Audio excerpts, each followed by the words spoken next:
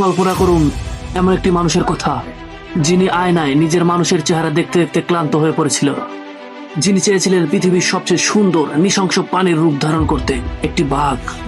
আর তার এই ইচ্ছার জন্য নিজের স্বাভাবিক ঠোঁটকে কেটে কেটে করেছিলেন দুই ভাগ, দাঁতগুলো ঘষে করেছিলেন বাঘের মতো সূচালো, এমনকি সারা শরীর করেছিলেন বাঘের মতো ডোরা কাটা ট্যাটু। গল্পের শুরু 1958 সাল। নাম তার ডেনিস আপনার। আমেরিকান নেভিতে সোনার টেকনিশিয়ান হিসেবে কাজ শুরু করলেন। জীবনটা আর 10টা মানুষের মতো সাধারণ কাটছিল, কিন্তু ডেনিসের মধ্যে লুকিয়েছিল এক অদম্য আদিম টান। তার পূর্বপুরুষরা ছিলেন আমেরিকার হুনুর ও লোহার উপজাতির লোক।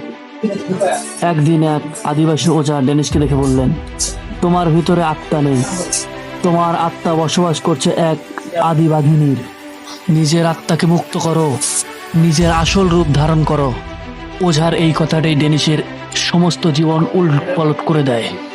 তিনি সিদ্ধান্ত নেন তিনি আর মানুষ থাকবেন না, তিনি হয়ে উঠবেন নৃশংস বাঘ। কিন্তু মানুষ থেকে বাঘ হওয়া কি এতই সহজ? 1980 সাল থেকে ডেনিস শুরু করেন পৃথিবীর ভয়াবহ বডি মোটিভেশন। আইনি জটিলতার কারণে চিকিৎসকরা তার ট্যাটু করাতে রাজি হতেন না। শোনা যায় কোনো কোনো সার্জারিতে তিনি কোনো অবশ করার ওষুধ খেতেন না, ইচ্ছে করে ব্যথা সহ্য করতেন।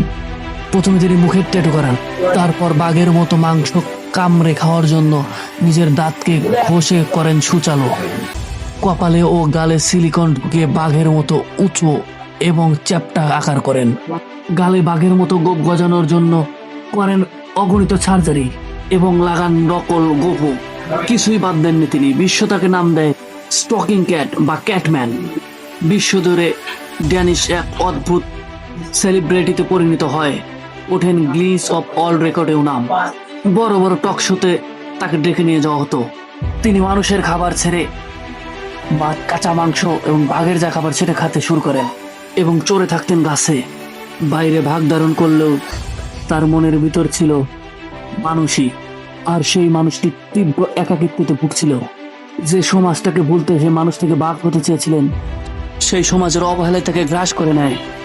2012 সালে 5ই নভেম্বর নেভাদায় নিজ ঘর থেকে 54 বছর বয়সে এই ক্যাটম্যানের মৃতদেহ উদ্ধার করা হয়। মানসিক চাপ সহ্য না করতে পারে অবশেষে তিনি আত্মহত্যা করেন। মানুষের অদম্য ইচ্ছা শক্তি তাকে পটু বানিয়ে দেয়। তো এই বাস্তব গল্পটি সবার কেমন লাগলো কমেন্টে জানান এবং পরবর্তী ভিডিওর জন্য সাবস্ক্রাইব করে দেন।